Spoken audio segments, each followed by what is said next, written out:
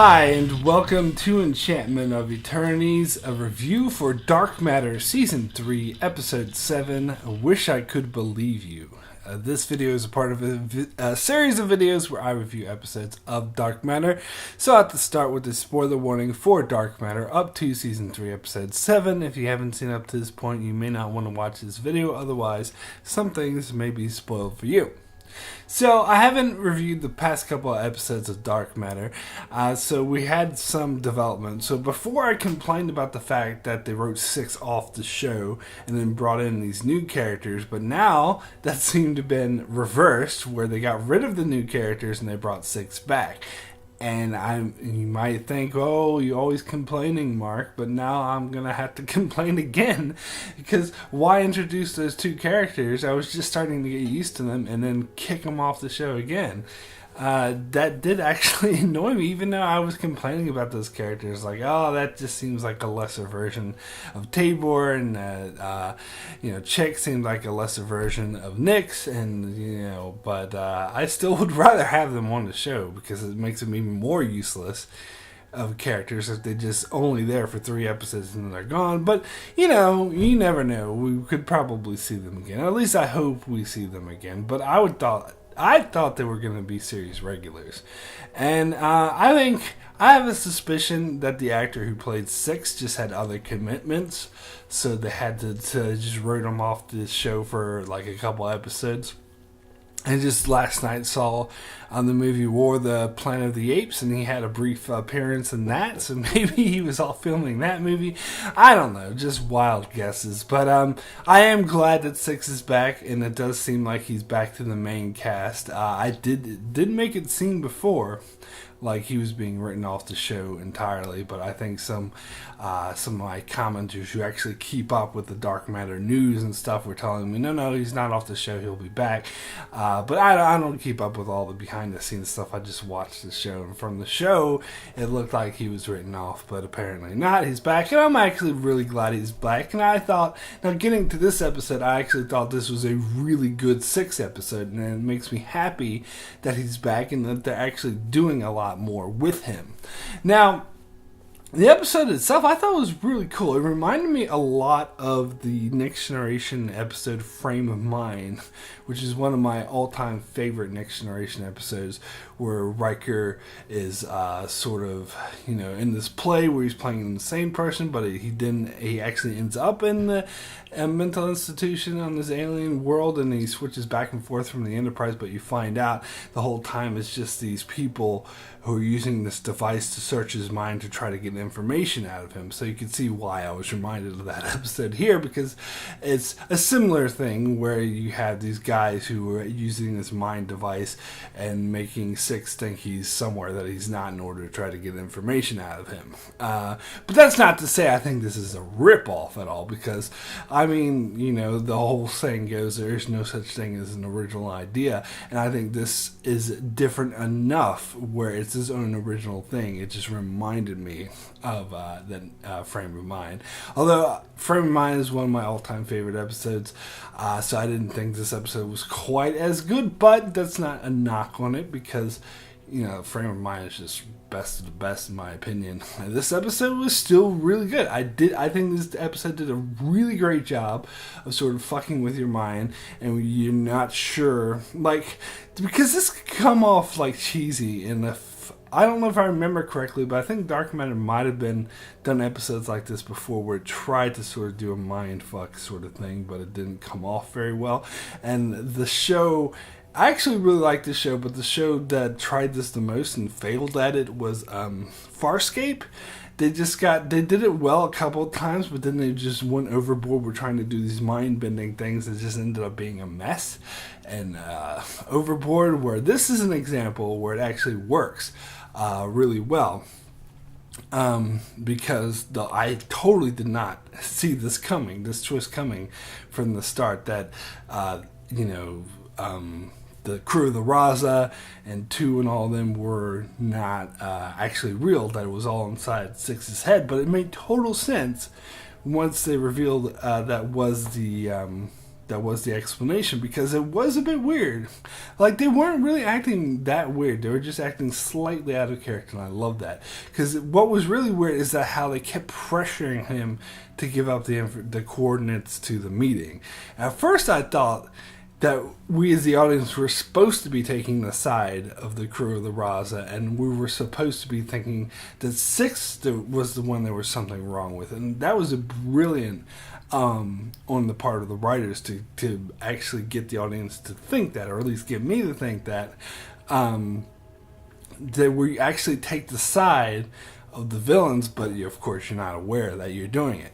It is absolutely brilliant, because I did start to believe that there was something wrong with Six, because all the characters that we knew and love, like 2, 5, and 3, were all telling, and Android, are all telling Six, there's something wrong with you. Why won't you give up the coordinates? Why do you want these people to die? Yes, because in the previous episodes we saw that the corporate guy, Commander Nyman or whoever, he referred to Six as the sleeper agent. So you knew that there was something up with Six, and there was something wrong with Six. So when the crew of the Raza were saying, oh, there's something wrong with you, actually, you took him at their word that there was something, because in the back of their mind that he is this sort of sleeper agent or whatever, or that there's something up with him, and that I thought of it as more of like a Manchurian candidate sort of situation, where he was being brainwashed, but he didn't actually realize.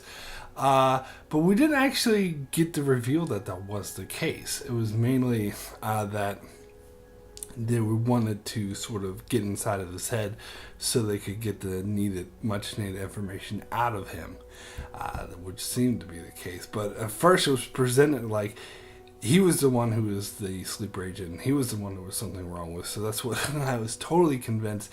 And then when they completely turned the tables and find out that he was actually the one who was in the real, he was the one who was in the right, whereas the crew of the Raza were just they weren't real. They were just fake sort of images in his mind that the scientist guys were trying to use to manipulate him in order to get this information so they could go and kill all the the independent world leaders. And that was brilliant. I think that was a really awesome reveal, and I was really impressed with how this episode sort of got me to question what I thought was happening, and the character, and of course learning more about Six's backstory, that he used to have a wife and a child, that really fleshed out his character a lot more. In the first season, I did my review of the first season, I complained about how Six just came off as a stereotypical bland pilot who wasn't explored, didn't feel like a three-dimensional character, and that was fixed a bit more in season 2, but now it's even fixed even more, where he's not bland at all. He's a very fleshed out, very dynamic character, and I love it. It just increases in the quality of the show overall.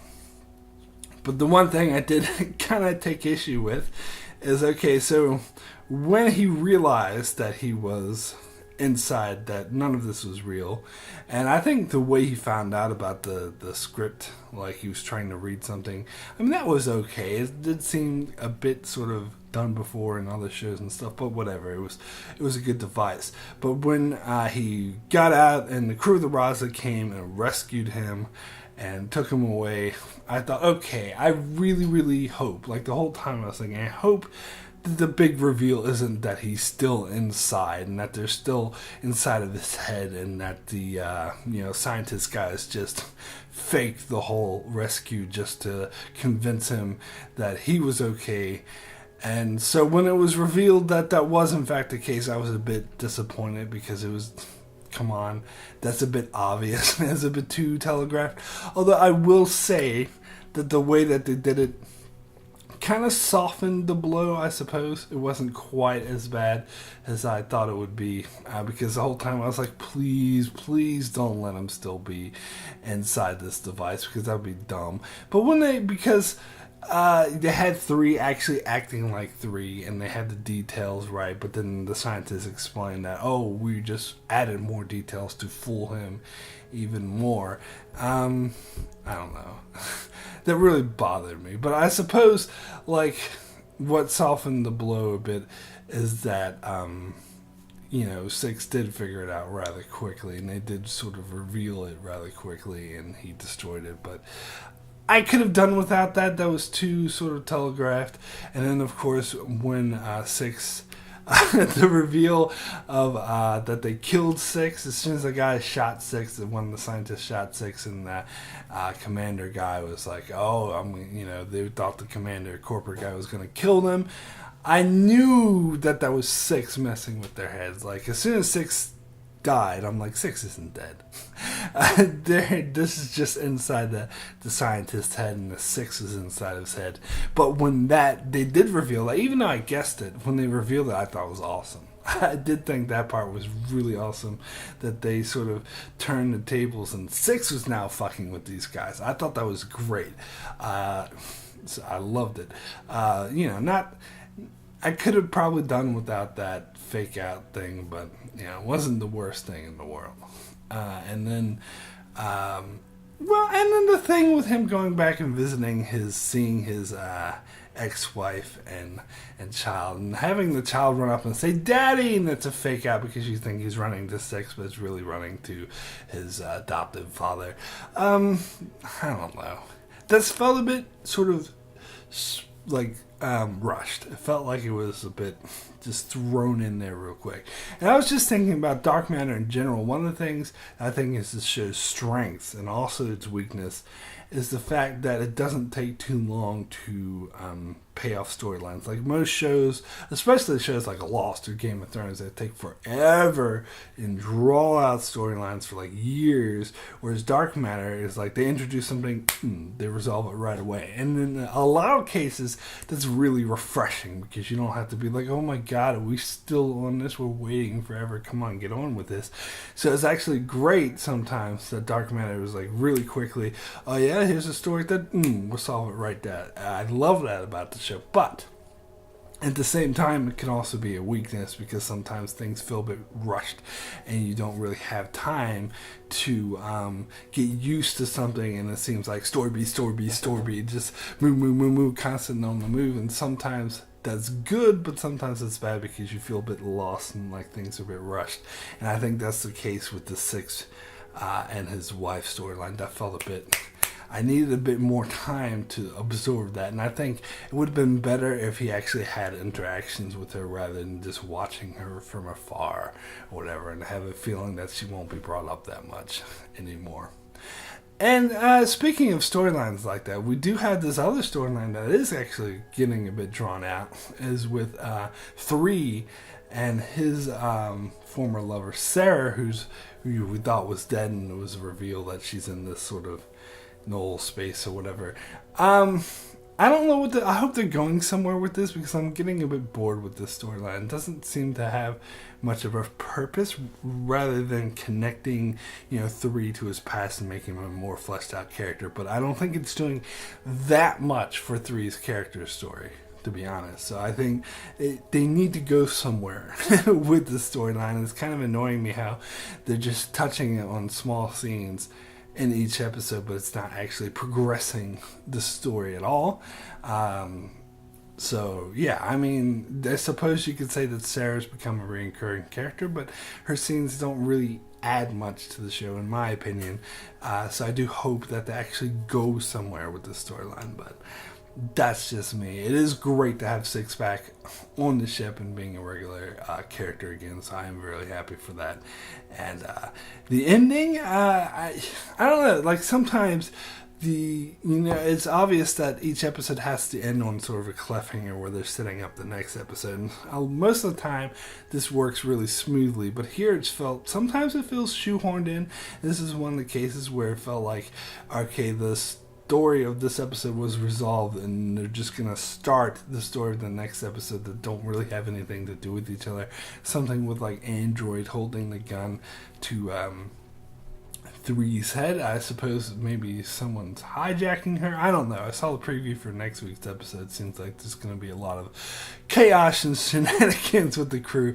So I suppose it has something like that. But yeah, I don't know if this tease kind of felt disconnected from the rest of the episode and shoehorned in. But whatever. It's nothing that big of a complaint. Although I will say, when Android was going to 6 quarters at first and was watching him sleep, I was really hoping that they'd get something going on. Maybe Android would get that chip in her, or that upgrade or whatever makes her act human, and then maybe even ship Android in 6. I think that would be cool, but probably not going to happen. So my rating for Wish I Could Believe You out of 10 is a 9. Excellent. I think this is a great episode. I think this is one of the better episodes of the show, to be perfectly honest, even though I did have some sort of issues with the fake out thing that to me, that just kept this episode from being a 10.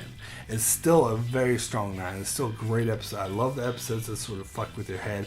And I love this episode in particular. I thought it was executed so well is that they actually got me believing that Six was the one who was in the wrong, that he was like the sleeper agent, but they totally turned the tables on me and actually switched it around, where he was the only one who was actually saying it was the Cruz La Raza who were all fake. I love that, and I love seeing Six actually get inside of that other scientist's head and did the same thing to him that he did to, yeah, it was great. I loved it. It was very, and it was great seeing Six again, and great getting more of his character and more fleshed out. So overall, yes, great episode. So that's it for my review of Wish I Could Believe You. I will be back in a couple of weeks to review Dark Matter, although I won't be doing it every week, but I will be back in a few more weeks to touch in on Dark Matter. So make sure you keep an eye out for that. Also be sure to subscribe, as I do many other videos on shows like Game of Thrones, Star Trek, and more. So be sure to subscribe so you can keep up with all of that. And thanks a lot for watching.